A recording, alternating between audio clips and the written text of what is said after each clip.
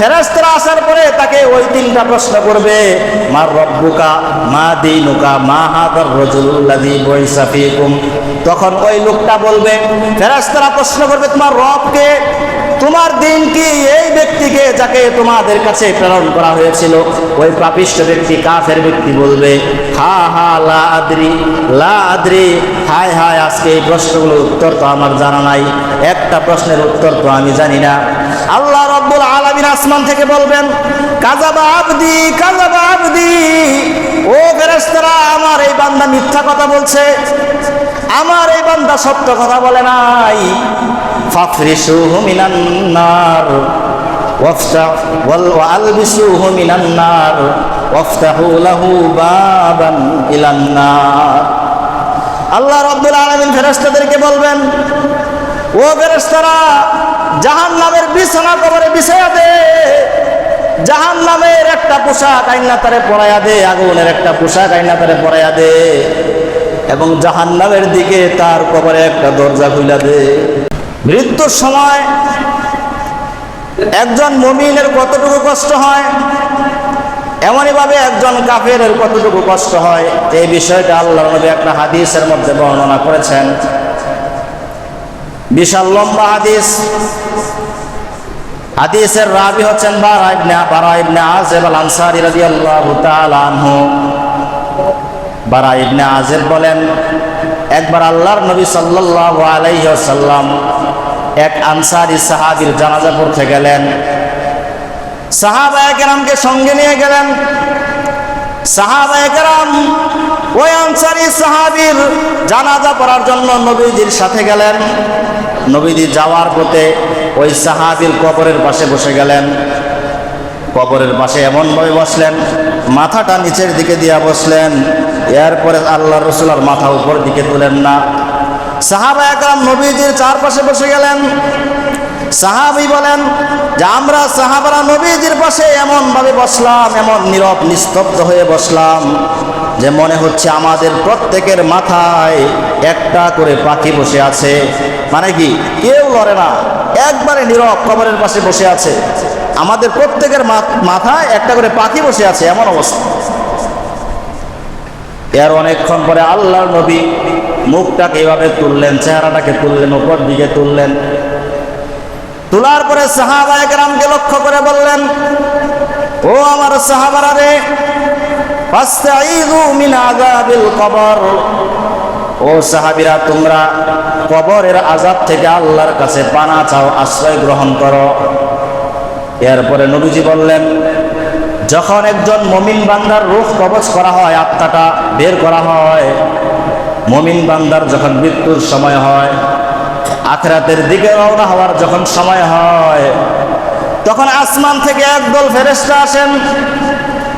শুভ্র সাদা পোশাক পরিহিত, ধবধবে উজ্জ্বল চেহারা বিশিষ্ট একদল ফেরেশতা আসেন। তাদের সাথে জান্নাতের পোশাক থাকে, জান্নাতের সুগন্ধি তারা হাতে নিয়ে আসেন। এরপরে তারা ওই মৃত ব্যক্তিকে অভ্যর্থনা জানানোর জন্য হাজার হাজার ফেরেশতা বসে যান। এর অনেকক্ষণ কিছুক্ষণ পরে আজরাইল আলাইহিস সালাতু ওয়াস সালাম চলে আসেন। আজরাইল আলাইহিস সালাতু ওয়াস সালাম আসার পরে ওই মৃত ব্যক্তির কানের কাছে আসে। কানের কাছে আসার পরে বলে, ইয়া আইয়াতুহান নাফসুল মুতমাইন্না উখরুজি ইলা মাগফিরাতিন মিনাল্লাহ। আজরাইল মুমিন বান্দার কানের কাছে এসে বলে, ও পবিত্র আত্মা, ও মুমিনের আত্মা, তুমি আল্লাহ রব্বুল আলামিনের মাগফিরাতের ক্ষমার দিকে বের হও। আল্লাহ রব্বুল আলামিন তোমার জীবনের সমস্ত ভুল ত্রুটিগুলো ক্ষমা করে দিয়েছেন। একজন মুমিন বান্দাকে স্বয়ং আজরাইল সুসংবাদ প্রদান করে। এরপরে জান্নাতের সমস্ত নিয়ামতগুলো তার সামনে ফেরেশতারা তুলে ধরেন। আজরাইল আলাইহিস সালাতু ওয়াস সালাম তার রূহটা কবজ করেন, জানটা কবজ করেন। জানটা কবজ করার সময় মুমিনের কতটুকু কষ্ট হয়, কতটুকু সহজ হয়, কষ্ট হয় না সহজ হয়, আরাম হয়। আল্লাহর নবী হাদিসের মধ্যে বলেছেন, এই যে মনে করেন একটা পানির পাত্র, এই পানির পাত্র থেকে পানিটা ঢেলে দিলে যেমন সহজে পানি পড়ে যায়, একজন মুমিনের রূহ তার দেহ থেকে এর চেয়েও সহজে বের হয়ে আসবে। আমার কথা বুঝতেছেন তো আপনারা? বুঝলে একটু নাড়াচাড়া দিয়েন, তাহলে বুঝতেছেন। না বুঝলে তো চুপ থাকলে তো বোঝা যায় না বুঝতেছেন কিনা। তো একজন মুমিনের রূহ পাত্র থেকে পানি যতটুকু সহজে গড়াইয়া পড়ে, এর চেয়ে সহজে একজন মুমিনের রূহ বের হয়ে আসবে। মুমিনের রূহ যখন দেহ থেকে বের হয়ে যাবে, আজরাইল আলাইহিস সালাতু ওয়াস সালাম 1 সেকেন্ড ওই দেহটাকে, রূহটাকে হাতে রাখবেন না। ওই যে তার সাথে যে আসমান থেকে জান্নাতি ফেরেশতারা এসেছিলেন, জান্নাতের পোশাক নিয়ে এসেছিলেন, জান্নাতের সুগন্ধি নিয়ে এসেছিলেন, জান্নাতের পোশাকের মধ্যে, জান্নাতের সুগন্ধির মধ্যে মুমিনের রূহটাকে পেঁচাইবেন। এরপরে ফেরেশতারা কারাকারি শুরু করে দিবেন। এই মুমিনের রূহ থেকে এত সুন্দর একটা সুঘ্রাণ বের হবে, ওই সুঘ্রাণ হবে দুনিয়ার সর্বশ্রেষ্ঠ সুঘ্রাণ। এরপরে ফেরেশতারা তাকে নিয়ে আসমানের দিকে রওনা হয়ে যাবেন। আসমানের দিকে যাবে, আর সমস্ত ফেরেশতারা একজন আরেকজনকে জিজ্ঞেস করবে, এই রূহটা কার, এই প্রাণটা কার? তখন ফেরেশতারা উত্তর দিবে, এটা হচ্ছে ফুলান ইবনে ফুলান, অমুক এলাকার অমুকের ছেলে অমুক, এটা বলবে। প্রথম আসমানে যাবে, যাওয়ার পরে প্রথম আসমানে বলবে, দরজা খুলে দাও, আমরা একটা পবিত্র রূহ নিয়ে এসেছি। ফেরেশতারা দরজা খুলে দিবেন। এরপরে এই রূহটা দ্বিতীয়, তৃতীয়, এভাবে সপ্তম আসমান অতিক্রম করবেন। সপ্তম আসমান অতিক্রম করার পরে আল্লাহ রব্বুল আলামিনের কাছে চলে যাবে। 7 আসমানের উপরে যখন যাবে, আল্লাহ রব্বুল আলামিন বলবেন, ও ফেরেশতারা, এটা হচ্ছে মুমিনের আত্মা, এটা পবিত্র আত্মা, তোমরা তার আমল নামাটাকে ইল্লিয়িনে লিখে দাও। আমল নামাটা ইল্লিয়িনে লেখার পর তোমরা এই বান্দাকে জান্নাতের সুসংবাদ প্রদান করে দাও। তো এই লোকটাকে জান্নাতের সুসংবাদ প্রদান করা হবে। রূহ কোথায় গেছে? আসমানে। রূহ কি আসমানে থাকবে? না, হিসাব নিকাশ তো কবরে হবে, তো রূহ আসমানে থাকবে কেমনে? এরপরে আল্লাহ রাব্বুল আলামিন বলবেন, যাও এই রূহটাকে কবরে রেখে আসো। আমল নামা ইল্লিয়িন, যারা ইল্লিয়িনে যাদের আমল নামা থাকবে তারা জান্নাতি হবে। আমল নামা লেখার পর আল্লাহ তাআলা আবার রূহটাকে কবরে পাঠিয়ে দিবেন। এরপরে দেহের মধ্যে রূহটা দেওয়া হবে। এরপরে ফেরেশতারা আসবে, 2 জন ফেরেশতা আসবে। আসার পরে পূর্বে বসে জিজ্ঞাসা করবে, 3টা প্রশ্ন করবে। 1 নাম্বার প্রশ্ন হচ্ছে, মার রব্বুকা, তোমার রব কে? আমাদের রব কে? আল্লাহ তাআলা। এটা তো আমরা জানি, কিন্তু এই উত্তরটা কারা দিতে পারবে? এই উত্তরটা দিতে পারবে যারা আল্লাহকে প্রকৃত রব হিসেবে গ্রহণ করেছে। আল্লাহ রব্বুল আলামিনকে রব হিসেবে গ্রহণ করার অর্থ হচ্ছে 6 জায়গায় আল্লাহকে রব হিসেবে গ্রহণ করতে হবে। 1 নাম্বার ব্যক্তিগত জীবনে আল্লাহকে রব হিসাবে মানতে হবে। 2 নাম্বার পারিবারিক জীবনে আল্লাহকে রব হিসাবে মানতে হবে। 3 নাম্বার সামাজিক জীবনে আল্লাহকে রব হিসাবে মানতে হবে। 4 নাম্বার অর্থনৈতিক জীবনে আল্লাহকে রব হিসাবে মানতে হবে। 5 নাম্বার রাষ্ট্রীয় জীবনে আল্লাহকে রব হিসাবে মানতে হবে। 6 নাম্বার আন্তর্জাতিক জীবনে আল্লাহকে রব হিসাবে মানতে হবে। এই 6 জায়গায় যারা আল্লাহকে রব হিসাবে গ্রহণ করেছে তারা এই প্রশ্নের উত্তর সহজে দিয়ে দিবে। খালি মনে করবেন যে আল্লাহ আমার রব, এটা বললেন আর উত্তর দিয়ে দিবেন, এটা হবে না। এই 6 জায়গায় আপনাকে আল্লাহ তাআলাকে রব হিসেবে গ্রহণ করতে হবে। যার যেই ক্যাটাগরি সে ওইখান থেকে আল্লাহকে রব হিসেবে গ্রহণ করতে হবে। তো ফেরেশতা জিজ্ঞাসা করবে, মার রব্বুক, তোমার রবকে? মুমিন বান্দা উত্তর দিয়ে দিবে, রব্বি আল্লাহ, আমার রব হচ্ছে আল্লাহ রব্বুল আলামিন। 2 নাম্বার প্রশ্ন করবে, মা দীনুকা, তোমার দিন কি? মুমিন বান্দা উত্তর দিয়ে দিবে, দীনি আল ইসলাম, আমার দিন হচ্ছে ইসলাম, ধর্ম হচ্ছে ইসলাম। 3 নাম্বার প্রশ্ন নবী করিম সাল্লাল্লাহু আলাইহি ওয়াসাল্লামকে দেখাইয়া প্রশ্ন করবে, মা হাদার রাজুলুল্লাযী বুইসা ফীকুম, এই লোকটাকে যাকে তোমাদের কাছে প্রেরণ করা হয়েছিল, পাঠানো হয়েছিল। মুমিন বান্দা উত্তর দিয়ে দিবে, হাযা নাবিয়ুনা ওয়া মুহাম্মাদুর রাসূলুল্লাহ সাল্লাল্লাহু আলাইহি ওয়াসাল্লাম। এই লোক হচ্ছে বিশ্ব নবী সাইয়্যিদুল আম্বিয়া রাহমাতুল লিল আলামিন, আমার নবী, দুনিয়ার নবী। এই লোক হচ্ছে আল্লাহ রাব্বুল আলামিনের রাসূল, সর্বশ্রেষ্ঠ রাসূল। এই উত্তর যখন মুমিন বান্দা দিয়ে দিবে, তখন ফেরেশতারা ওই লোকটাকে জিজ্ঞাসা করবে, মুমিন বান্দাকে জিজ্ঞাসা করবে, আরে ভাই তুমি এত উত্তর কোত্থেকে শিখলা, এগুলো কোত্থেকে তুমি জেনেছ? মুমিন বান্দা উত্তর দিবে, করাতুল কুরআন, আমি দুনিয়াতে কুরআনে কায়েমের তিলাওয়াত করেছি, আমি শরীয়তের বিধিবিধান মেনেছি, 5 ওয়াক্ত সালাত আদায় করেছি এবং উলামায়ে কেরামের সাথে আমি সংসর্গ গ্রহণ করেছি, আমি তাদের কাছ থেকে এগুলো শিখেছি, এরপর আমি উত্তর দিয়ে দিয়েছি। এখন ফেরেশতা আর মুমিনের রূহের মধ্যে তর্ক হতে থাকবে। আল্লাহ রাব্বুল আলামিন আসমান থেকে ডাক দিবেন ফেরেশতাদেরকে, ভালো করে বুঝেন। আল্লাহ রাব্বুল আলামিন ডাক দিয়ে বলবেন, সাদাকা আবদি, সাদাকা আবদি। ও ফেরেশতারা, আমার মুমিন বান্দারে আর ডিস্টার্ব করিস না। আমার মুমিন বান্দা যা উত্তর দিছে সবগুলো 100% সঠিক উত্তর দিছে। আল্লাহ রাব্বুল আলামিন সার্টিফিকেট দিয়ে দিবেন যে আমার বান্দা যা কইছে সব সত্য কইছে। এরপরে আল্লাহ তাআলা বলবেন,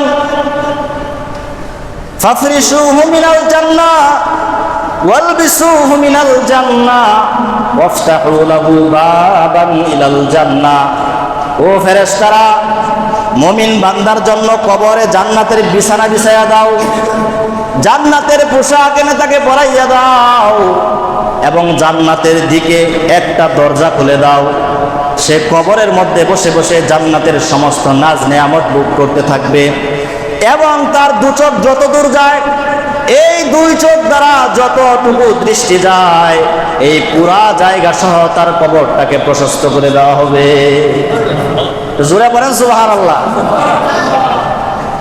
পুরা জায়গা সহ কবরটা প্রশস্ত হয়ে যাবে, জান্নাতের নাজ নেয়ামত আলো বাতাস সব কবরের মধ্যে আসতে থাকবে। এরপরে আল্লাহকে আবেদন করবে, আল্লাহ কিয়ামত দিয়া দাও, আমি আমার পরিবারের সাথে মিলতে চাই। আল্লাহ রাব্বুল আলামিন মুমিন বান্দাকে বলবে, নাম কানুমাতিল আরুস, ও বান্দা কিয়ামত হবে, টেনশন করিস না। তুই বাসর রাতে নব দুলহান যেমন ঘুমায়, তুই এই রকম আরামে ঘুমাইতে থাক। কিয়ামতের সময় যখন হবে, আমি আল্লাহ তোকে ডাক দিয়া দিব। এ হলো মুমিন বান্দার অবস্থা। জান্নাতের নাজ নেওয়া আমি ইনশাআল্লাহ সামনে একদিন আলোচনা করব। হাদিস অনেক লম্বা, সময় শেষ হয়ে যাচ্ছে। পক্ষান্তরে পাপিষ্ঠ বান্দার আত্মা যখন হনন করা হবে, রূহ যখন কবজ করা হবে, তখন আসমান থেকে কালো চেহারা বিশিষ্ট ভয়ঙ্কর অনেকগুলো ফেরেশতা আসবে। আসার পরে তার পাশে বসে যাবে হাজার হাজার ফেরেশতা, ভয়ঙ্কর ফেরেশতারা তার পাশে বসবে। আজরাইল আলাইহিস সালাতু ওয়াস সালাম আসবেন। আসার পরে বলবেন, ইয়া আইয়াতুহান নাফসুল খাবিসা উখরুজি ইলা সাখাতিম মিনাল্লাহ। হে অপবিত্র আত্মা, পাপিষ্ঠ আত্মা, তুই আল্লাহর ক্রোধের দিকে বের হ। আল্লাহ রাব্বুল আলামিন আজকে তোর প্রতি অসন্তুষ্ট, তোর প্রতি নারাজ। এই দিনটা কিন্তু আমাদের সামনে আসতেছে, আপনার সামনেও আছে, আমার সামনেও আছে। তো আজরাইল ওই দিন কার আত্মাকে কি বলবে, এটা সময়ের অপেক্ষা, যেন আল্লাহর কাছে দোয়া করা।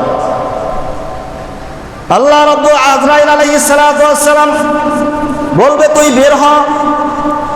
এরপরে তার রূহটাকে কবজ করা হবে। একটা কাপড়ের মধ্যে, রেশমি কাপড়ের মধ্যে কাঁটা বাজায়া যদি টান দেওয়া হয়, কাপড়টা যেমন ছিঁড়ে ছিঁড়ে আসে, আল্লাহর নবী বলেন, যখন একটা পাপিষ্ঠ বান্দার রূহ কবজ করা হবে, তখন আজরাইল যখন রূহটা ধরে টান দিবেন, তখন ওই বান্দার শরীরের যত রগ আছে সবগুলো রগ আস্তে আস্তে ছিঁড়ে যাবে। কি পরিমাণ কষ্ট হবে আপনি চিন্তা করছেন?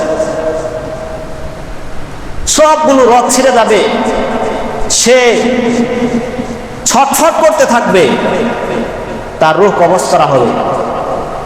এরপর আযাবের ফেরেশতারা তার রূহটাকে নিবে, নেওয়ার পরে আসমানের দিকে যাইতে থাকবে।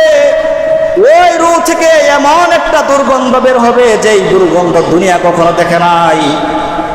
প্রথম আসমানে যখন যাবে, আসমানের দরজা বন্ধ করে দেওয়া হবে, তার জন্য দরজা খোলা হবে না। এরপরে কবরে রাখা হবে। ওই ফেরেশতারা আসবে, ফেরেশতারা আসার পরে তাকে ওই তিনটা প্রশ্ন করবে, মা রব্বুকা, মা দীনুকা, মা হাদার রাজুলুল্লাযী বুইসা ফীকুম। তখন ওই লোকটা বলবে, ফেরেশতারা প্রশ্ন করবে, তোমার রব কে, তোমার দিন কি, এই ব্যক্তিকে যাকে তোমাদের কাছে প্রেরণ করা হয়েছিল। ওই পাপিষ্ঠ ব্যক্তি, কাফের ব্যক্তি বলবে, হা হা লা আদরি, লা আদরি, হায় হায়, আজকে এই প্রশ্নগুলোর উত্তর তো আমার জানা নাই, একটা প্রশ্নের উত্তর তো আমি জানি না।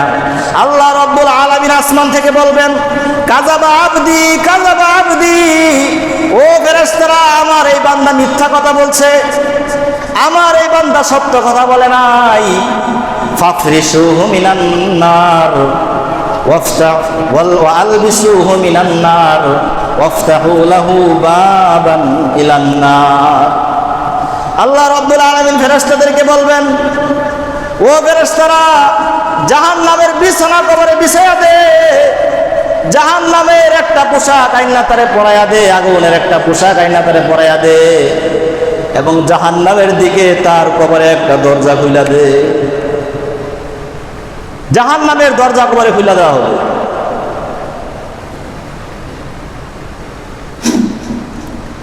কবরটা কেমন সংকীর্ণ হবে, আল্লাহর নবী সাল্লাল্লাহু আলাইহি ওয়াসাল্লাম বলেন, হিসাব নিকাশ শেষ হওয়ার পরে কবরের মাটি তাকে এমন জোরে চাপ দিবে, ডান পাজরের হাড়গুলো বাম পাজরে চলে যাবে, আর বাম পাজরের হাড়গুলো ডান পাজরে চলে যাবে।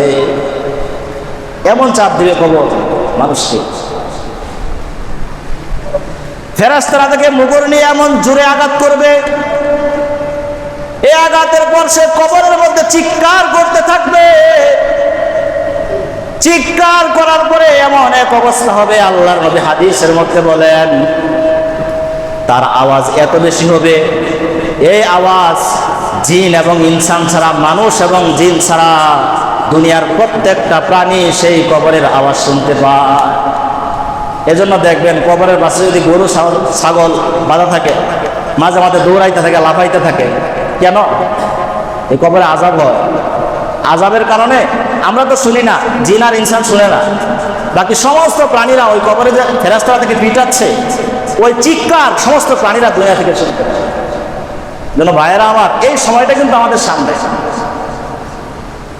আল্লাহ, এই সময়ের জন্য প্রস্তুতি গ্রহণ করা, এই কবরে যাওয়ার আগে প্রস্তুতি গ্রহণ করা, কবরে যাওয়ার আগে নিজের হিসাব। কবর একটা বড় ভয়ঙ্কর জায়গা। কবর প্রত্যেকটা দিন মানুষকে ডাকতে থাকে, ডেকে ডেকে কবর বলে, ও মানুষ, আনা বাইতুল ওয়াহদা, আমি হচ্ছি একাকিত্বের ঘর, আমার কাছে যখন আসবা একটু চিন্তা কইরা আইসো, প্রস্তুতি নিয়ে আইসো।